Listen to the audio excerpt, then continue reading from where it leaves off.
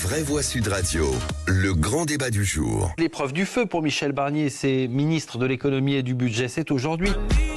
La gabelle, la taille, l'impôt sur les épices, pour cette année, ça fait combien? Au total, un effort de 60 milliards d'euros. Mais l'année dernière, ça faisait beaucoup plus. Oui, mais la récolte avait été très bonne. Cette année, la récolte a été très mauvaise, alors il faut payer le double. Des contribuables qui devront mettre la main à la poche. Nos gens sont terriblement pauvres. Sur les 60 milliards d'euros à trouver, 20 milliards proviendraient de hausses d'impôts. Plus vous serez agressif, plus je serai respectueux. C'est normal. Les pauvres, c'est fait pour être très pauvres et les riches, très riches.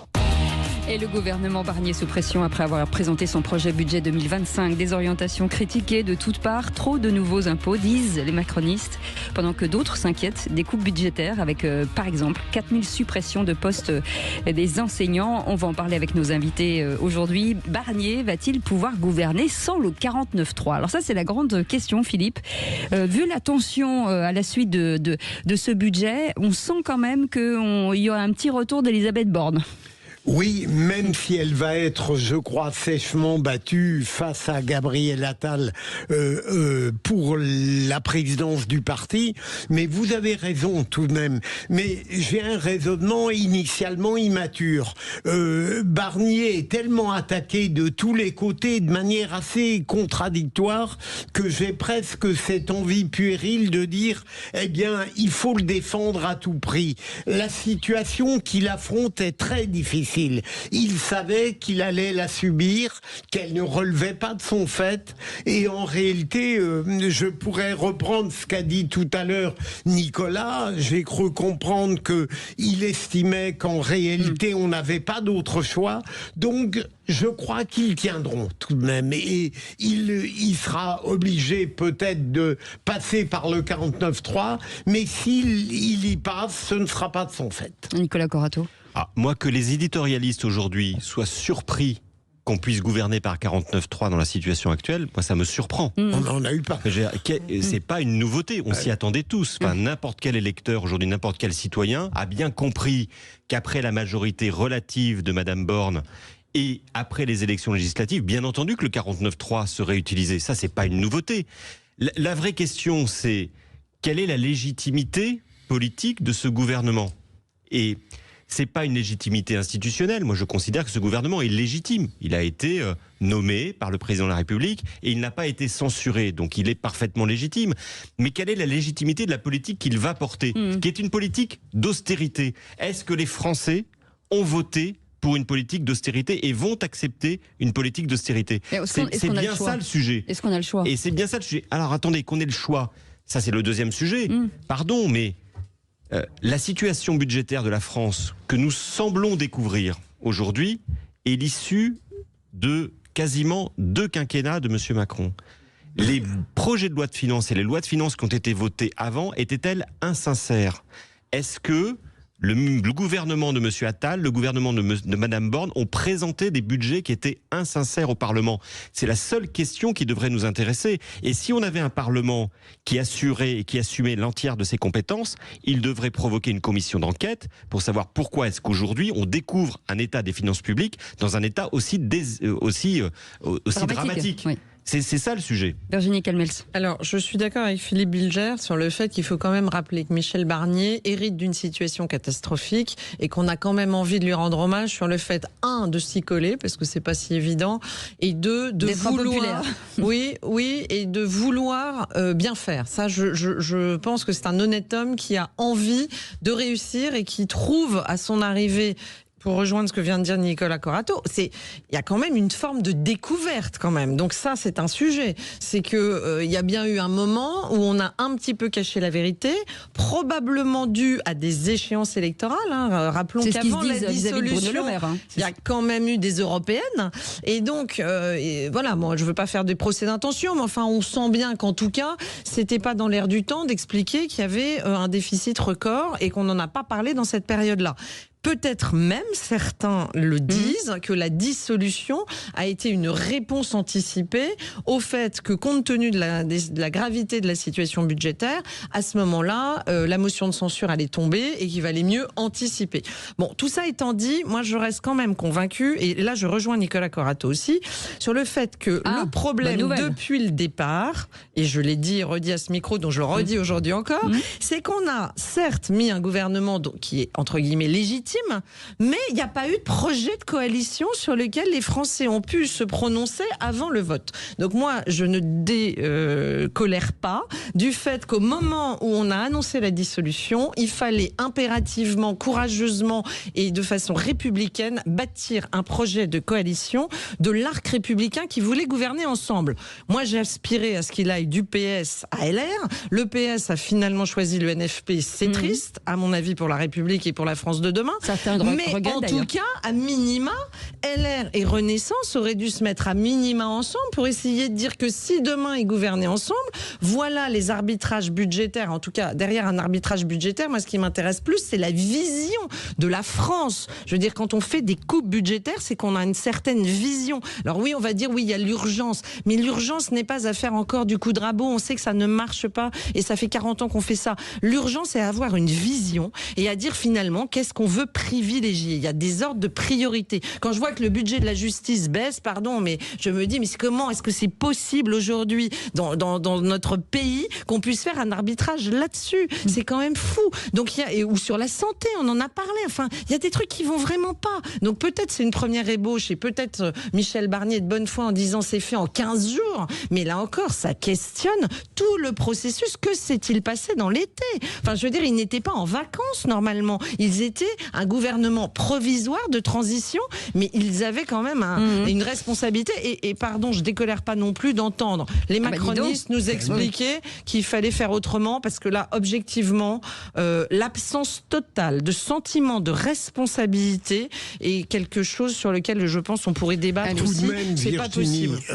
J'ai bien conscience que l'argument de l'urgence ne vous paraît pas convaincant, mais tout de même, on était. Non, mais je veux dire, on était confronté à une situation qui appelait des initiatives peut-être pas mûrement réfléchies. Deuxième élément, vous parlez entre le macronisme et la droite républicaine, il était extrêmement difficile de prévoir un programme commun puisqu'ils étaient profondément presque aux antipodes sur tous les sujets fondamentaux. Ah non, ça je peux pas vous dire ça. C'est dire ça, malheureusement non. Enfin, sur certains sujets oui, mais quand on n'a pas de majorité, quand on a une coalition, on doit abandonner les choses qui sont vraiment clivantes pour construire un projet non pas politicien, mais un projet d'urgence pour les Français. Les Français, ils attendaient du pouvoir d'achat, ils attendaient une restauration des comptes publics, parce que sinon tout le monde va payer et tout le monde va trinquer, et ils attendaient une vision sur la sécurité. Mais je veux dire, sur 3-4 sujets, il y aurait pu y avoir des arbitrages, il y aurait pu y avoir un projet commun. D'ailleurs, le NFP a bien réussi à le faire. Nicolas, prenez la parole. C'est plus la carpe et le lapin. Non, mais je ne veux pas couper Virginie. C'est plus la carpe et le lapin sur le NFP que sur Renaissance LR. Sans parler de la carpe et de lapin, regardons pourquoi les Français ont voté en juillet. Et pourquoi ils n'ont pas voté. Ils ont voté, si je prends les 2 tiers des électeurs, pour le pouvoir d'achat, pour des solutions sur la sécurité et pour des solutions sur l'immigration. Je prends le spectre large. On dit la même chose. Qui a voté pour une politique d'austérité et de désendettement du pays? Qui a voté pour ça? Oui, mais on l'aura pas dit. Quels sont les Français qui ont voté pour ça? Et ça pose quand même une vraie question de consentement à l'impôt et de consentement à l'effort. Et c'est tout le problème de Michel Barnier qui, j'en suis d'accord, s'en sort plutôt pas mal dans cette synthèse impossible à obtenir avec une population qui n'a pas été prévenue et, il faut le dire, des responsables politiques qui n'ont pas été responsables. Allez, 0826 300 300 avec Geoffrey qui est avec nous. Une petite réaction, Geoffrey. Oui, c'est Geoffrey. Geoffrey, pardon, oui. J'ai un problème avec les prénoms. Vous pouvez m'appeler Céline. Depuis tout à l'heure, moi, je suis toujours très ébahi d'entendre les gens sur votre antenne parler de républicain, de consensus, de regroupement, de tout ça. Mais quand je vois M. Barnier, quand même, ce qu'on a oublié de dire, il y a 2 choses. La première, c'est que tous les gens qui se succèdent au gouvernement ne sont jamais responsables de leurs actes. On a Bruno Le Maire qui vient quitter le gouvernement, il nous a laissé une dette de 1000 milliards. de dette. Et il est parti, tout va bien, la vie continue pour lui. Ces gens-là ne sont jamais responsables de leurs actes. Je peux vous garantir que demain, ces gens-là, on leur file du goudron et des plumes quand ils ont fait de la merde. Je suis désolé du terme. Je peux vous garantir qu'ils vont certainement gérer beaucoup mieux que ça. Vous avez qu'à filer du goudron et des plumes aux gens qui détournent de l'argent, aux gens qui ont des conflits d'intérêts, des choses comme ça. Vous allez voir qu'ils vont faire beaucoup plus attention. Et la deuxième chose, quand j'entends parler de groupement, de programme, de tout ça, les gens qui reviennent aujourd'hui, comme M. Barnier à 73 ans, c'est des gens qui nous ont amené le problème et qui aujourd'hui reviennent en héros. Parce qu'il ne faut pas oublier que la dette, elle est là, mais elle est là depuis bien avant Sarkozy déjà. Hein. Et ces gens-là n'ont fait que accentuer cette dette. Les gens de leur parti, qu'on a eu la gauche, on a eu la droite, la dette n'a cessé d'augmenter et on continue de croire que ces gens-là vont nous sauver. Allez, restez avec nous, Geoffrey. Alors moi, j'écoute Geoffrey et je le rejoins sur un certain plan. Je suis exaspéré par la tradition française qui, dans beaucoup de domaines, donne des promotions à ceux qui ont échoué. Mais en matière politique, moi, je veux bien qu'il y ait une relève qui serait capable de mieux faire. Mais où est-elle ? À droite comme à gauche.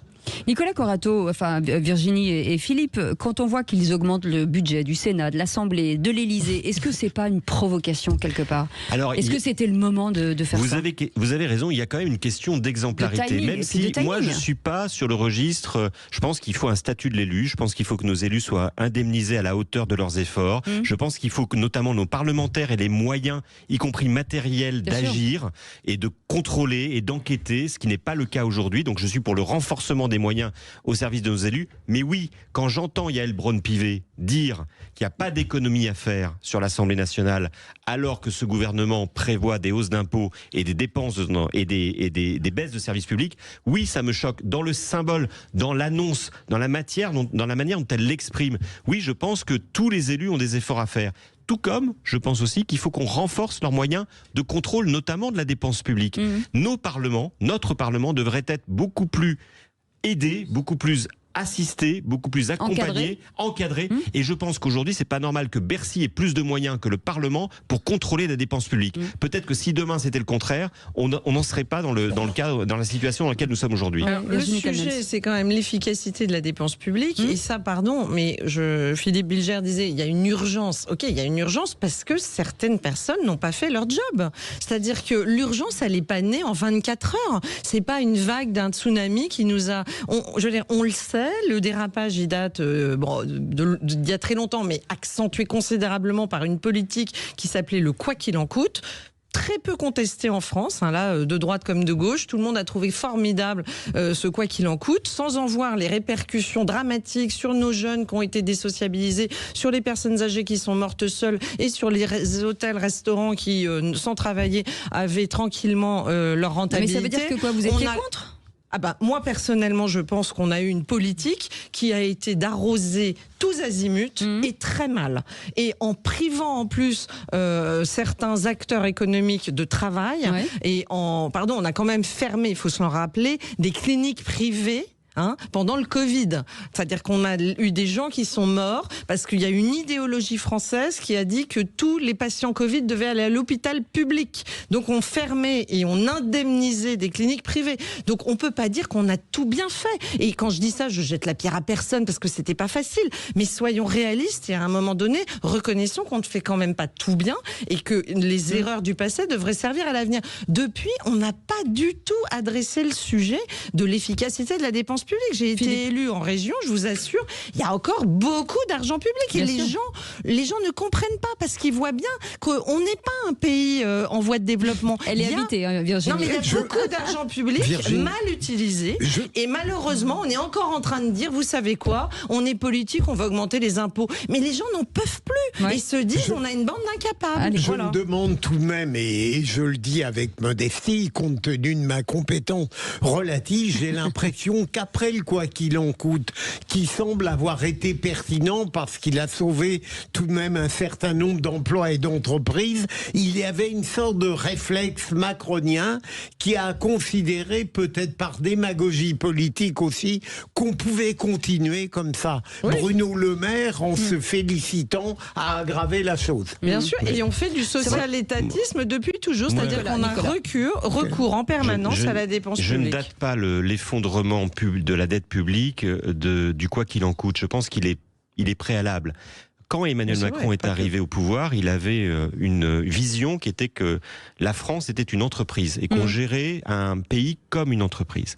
Et ça a eu deux conséquences. Il a réduit notamment les prélèvements, il a réduit les impôts, l'IFI, la flat tax. Il faut savoir aujourd'hui que dans ce pays, depuis Emmanuel Macron, si vous gagnez 1 000 € ou 1 milliard d'euros de dividendes, vous payez de manière égale 30% d'impôt sur le revenu. 1 milliard d'euros de dividendes comme 1 000 €. On est quasiment le seul pays au monde à offrir cette possibilité-là. Ça coûte des millions et des centaines de millions d'euros au budget public.